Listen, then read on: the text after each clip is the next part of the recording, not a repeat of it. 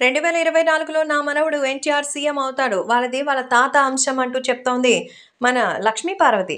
లక్ష్మీ పార్వతి అసలు ఎన్టీఆర్‌ని మన జూనియర్ ఎన్టీఆర్‌ని కలిపేలా చేసింది ఆమె అంటూ టాక్.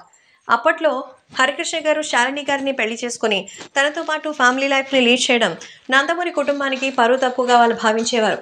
కానీ ఎన్టీఆర్ గారు లక్ష్మీ పార్వతిని పెళ్లి చేసుకున్నటువంటి సమయంలో మరి చాలా సంవత్సరాలకి ఇలా హరికృష్ణ గారి కుటుంబాన్ని ఎన్టీఆర్‌కి పరిచయం చేశారట. అంతేకాకుండా ఎన్టీఆర్‌ని చూసినటువంటి సీనియర్ ఎన్టీఆర్ గారు తనకి తన పేరు పెట్టాల్సిందిగా చెప్పారు. ఆ టైంలో వాళ్ళిద్దరి మధ్య బాండింగ్ పెంచేలా చేసింది పార్వతి అని చాలా సార్లు ఆమె చెప్పుకున్నారు.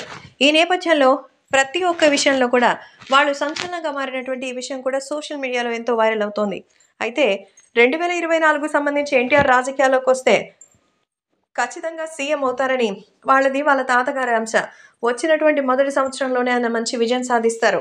అందుకే ఆయన పేరు పెట్టాలని ఆయన సూచించారు. ఎప్పుడు తార గురించి మాట్లాడేవారు. ఖచ్చితంగా భవిష్యత్తులో రాష్ట్రాన్ని కాదు, మన దేశాన్ని ఏలేటువంటి నాయకుడిగా ఆయన మారతాడని జోస్యం చెప్పారు. ముందు ముందు ఆ విషయం అందరికీ తెలుస్తుంది.